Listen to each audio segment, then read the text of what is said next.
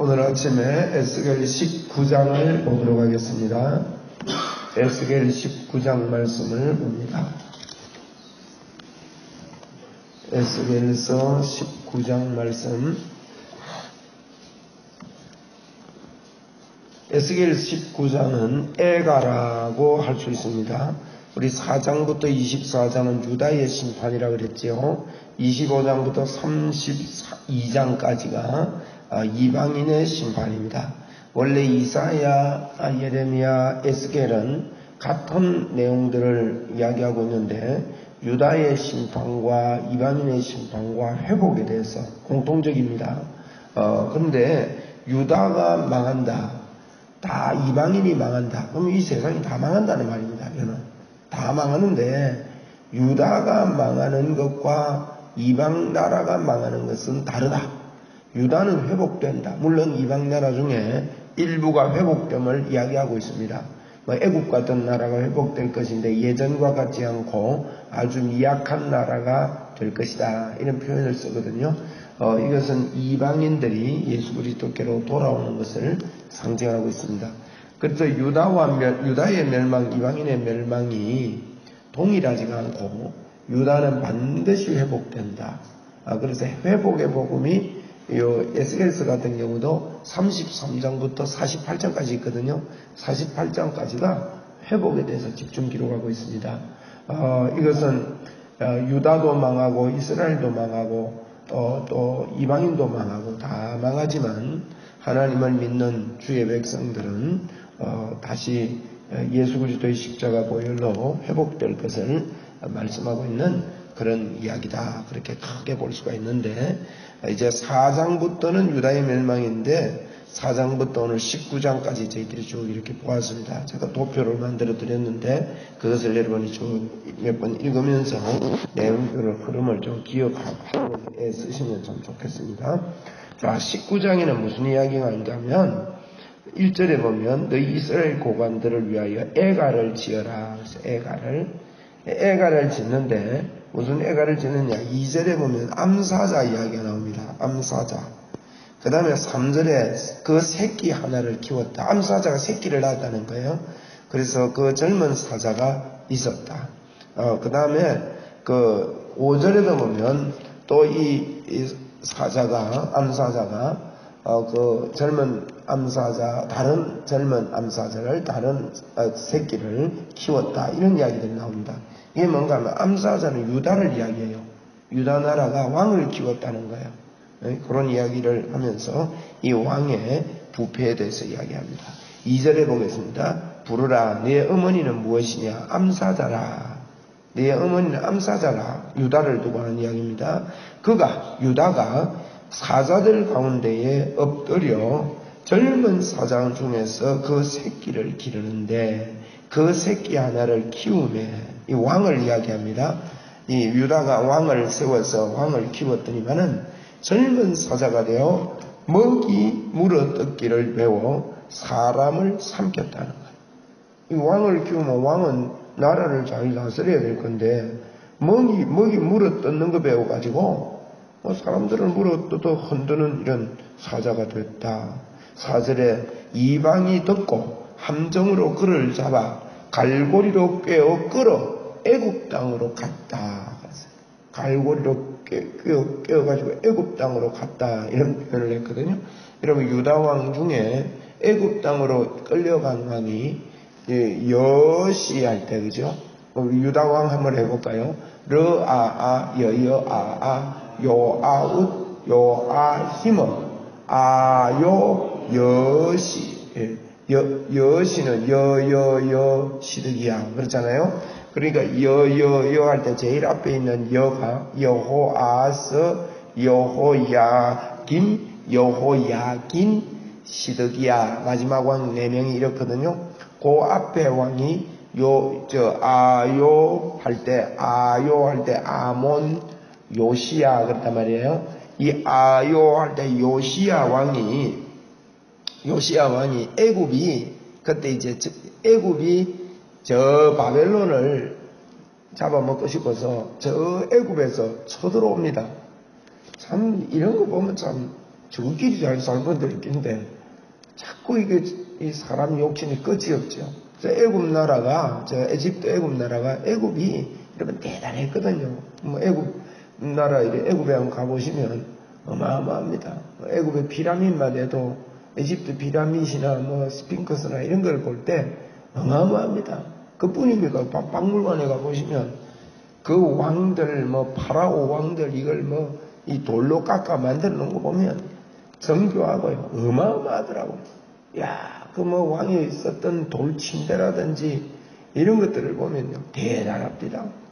그런 나라였어요. 그런 나라니까 이제 다른 나라를 뭐 다 통치하고 싶어서 저 위에 바벨론 조금만 없으면 우리는 세계 통일을 한다 생각해서 이제 애굽에서 에집트에서 저 위쪽으로 바벨론으로 쳐들어가요.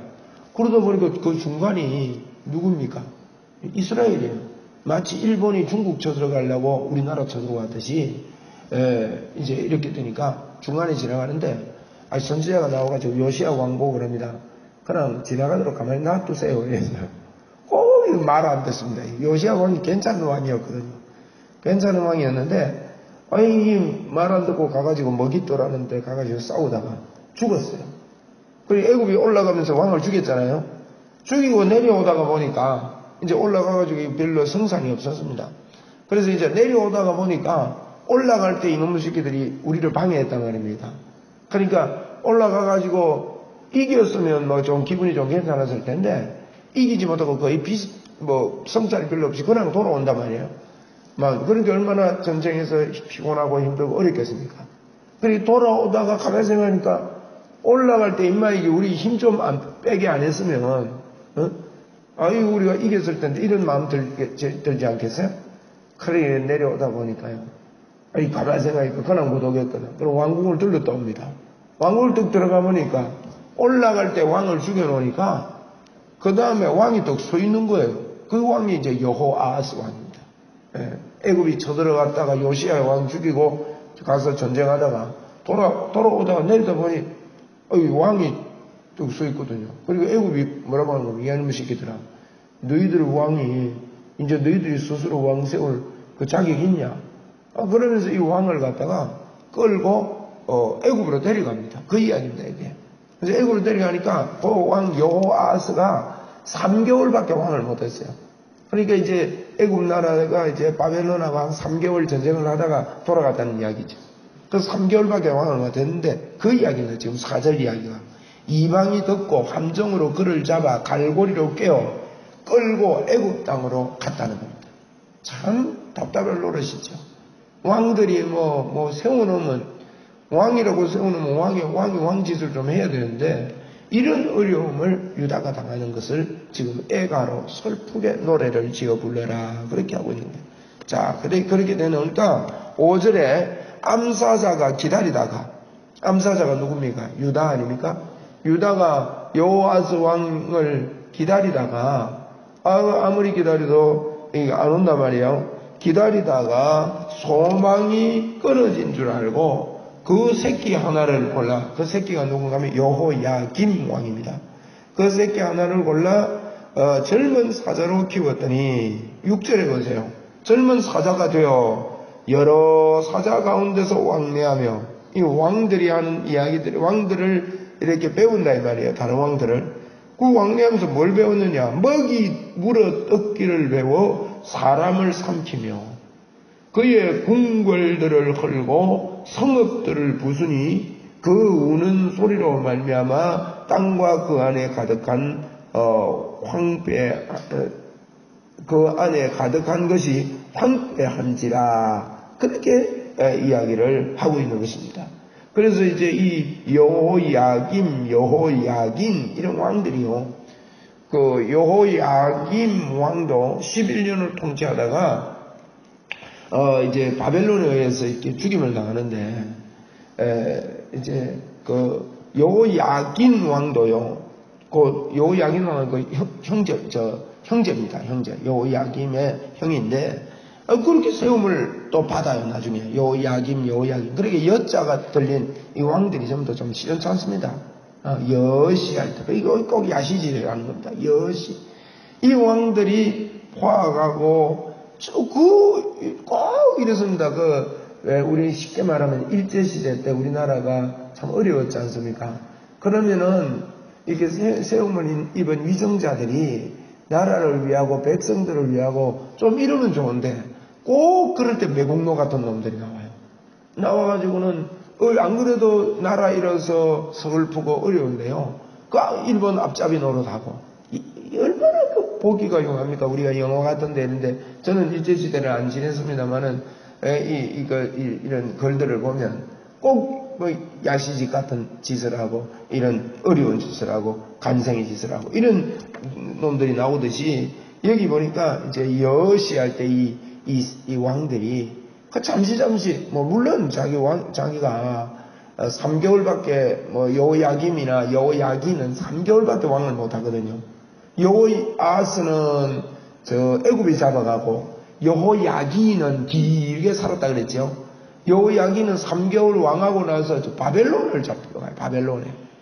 근데 이 왕들이 등극을 하자마자 자기 왕권을 지키는 데만 정치를 빨려가지고 나라를 돌보지 못하고 하나님의 뜻을 살피지를 못한 겁니다. 이게 인간입니다. 이래서 잘못되는 거죠.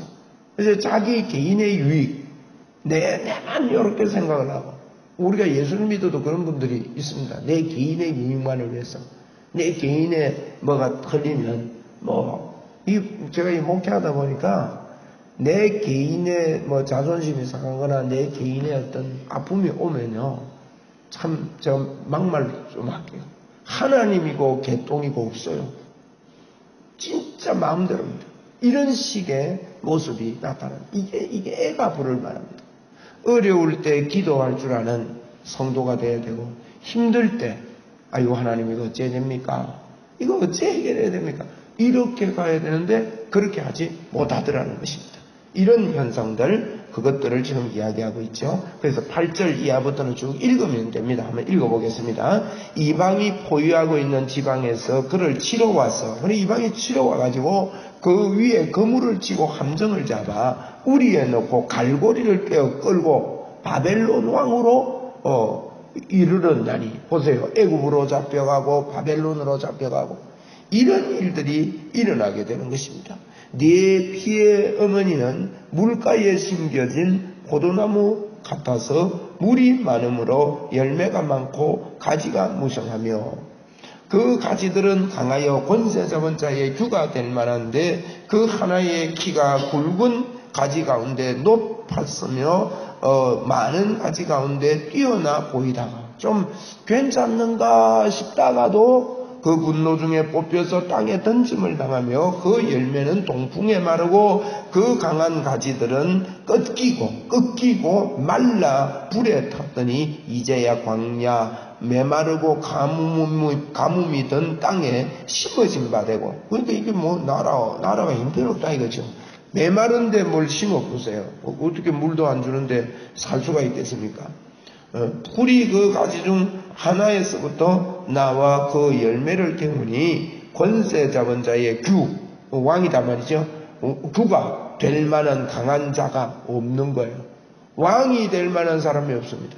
그래서 결국 마지막 왕 여호시할 때 시드기야, 제가 시드기야를 시들시들을 해서 시드기야다. 그 마지막 왕이 시들시들해서 망하게 되고 다른 왕을 세울 그런 자가 아무도 없게 되었다. 그런 애가를 19장에서 이야기를 하고 있는 것입니다. 이 말씀을 우리가 보면서 하나님께서 우리를 세워주실 때 하나님께서 우리를 지켜주시고 건강하게 해주시고 또 그나마 지금까지 여기까지 우리를 인도해 주신 하나님을 기억하면서 이 왕들의 모습처럼 마치 내가 왕이 된 것처럼 내가 다 된 것처럼 이렇게 함부로 살아서는 절대 안 될 것입니다. 우리를 높여주실 때 더욱더 겸손하고 호흡이 있을 때 여러분 잠시입니다. 정말 잠시인 것 같아요. 인생이 잠시라고요. 잠깐 이 땅을 우리가 살다가 갈 것인데 이 땅에서 어떻게 하나님을 섬겨갈 것인가? 오늘도 어떻게 오늘 하루를 하나님과 함께 동행하며 살 것인가? 이런 믿음의 마음을 가지고 우리 평생 예수 믿는 사람들은요, 복음을 만나고 예수 그리스도를 만난 자는 평생 계획을 세워야 됩니다. 평생 우리가 할 수 있는 계획을 세워야 됩니다.